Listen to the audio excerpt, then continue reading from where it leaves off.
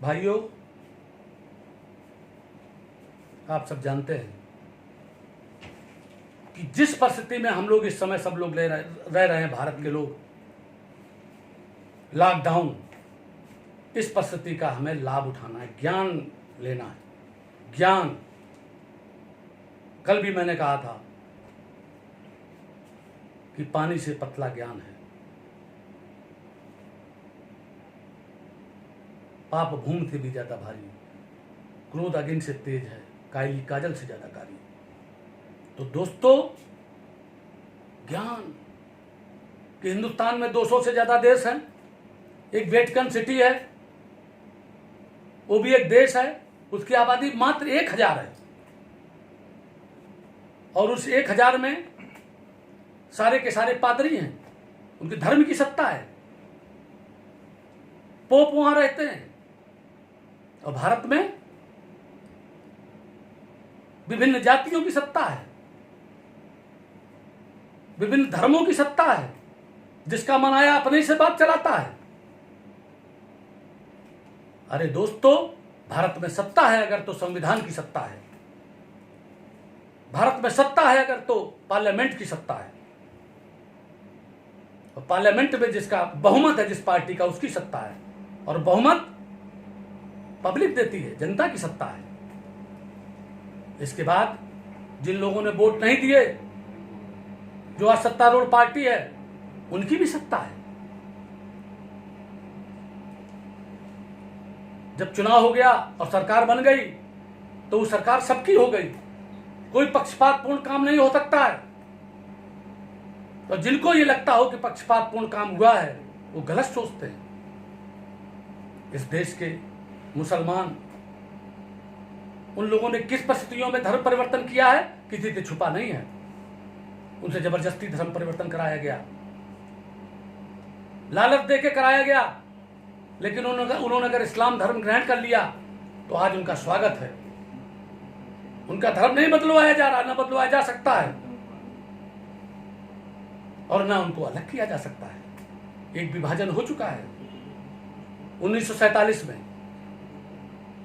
जो पाकिस्तान चले गए वो पाकिस्तान चले गए, और जो यहां के लोग पाकिस्तान गए हैं वो सुखी नहीं हैं, वो मुहाजिर कहलाते हैं।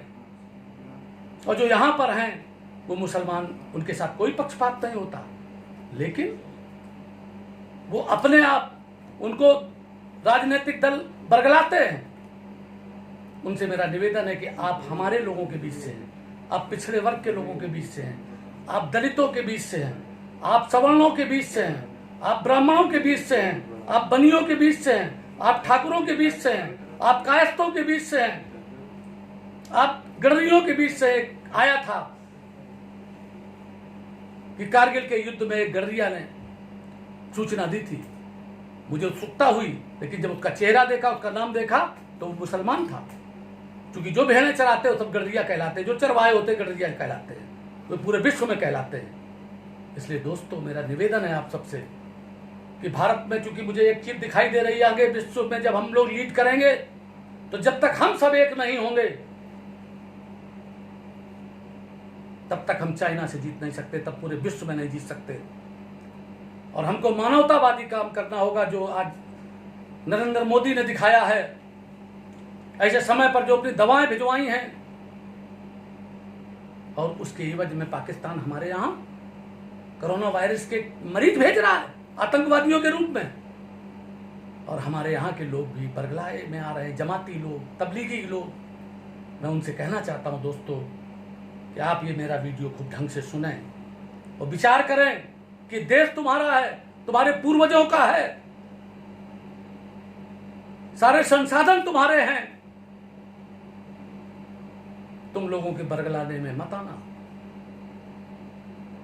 नरेंद्र मोदी जी तुमको बहुत चाहते हैं, उन्होंने अभी कहा है कि सब सर्व धर्मों के बीच में करें। आपको सिर्फ लोग इस बात के लिए करते हैं कि जिस समय पर जम्मू कश्मीर का मामला हुआ और जिस समय पर नागरिकता कानून आया, आपको बरगला दिया गया कि आपको भारत से निकाल दिया जाएगा। किसकी हिम्मत है, किसकी हैसियत है तुमको भारत से निकाल दे? और कोई किसकी हैसियत है तुमको दो दर्जे का नागरिक समझ ले?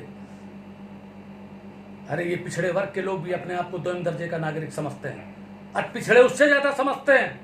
मैं इनसे भी कहना चाहता हूं दोस्तों, ये भारत तुम्हारा है, सिर्फ भारत की बात करो, राष्ट्र धर्म की बात करो, राष्ट्र का नेतृत्व करो, और मजदूरों और किसानों और मेहनतकश लोगों इस अन्यायी और अत्याचारियों के विरुद्ध संघर्ष करो और सब अपना समझो। यही बात कहते हुए अपनी वाणी को विराम देता हूं। बहुत बहुत धन्यवाद।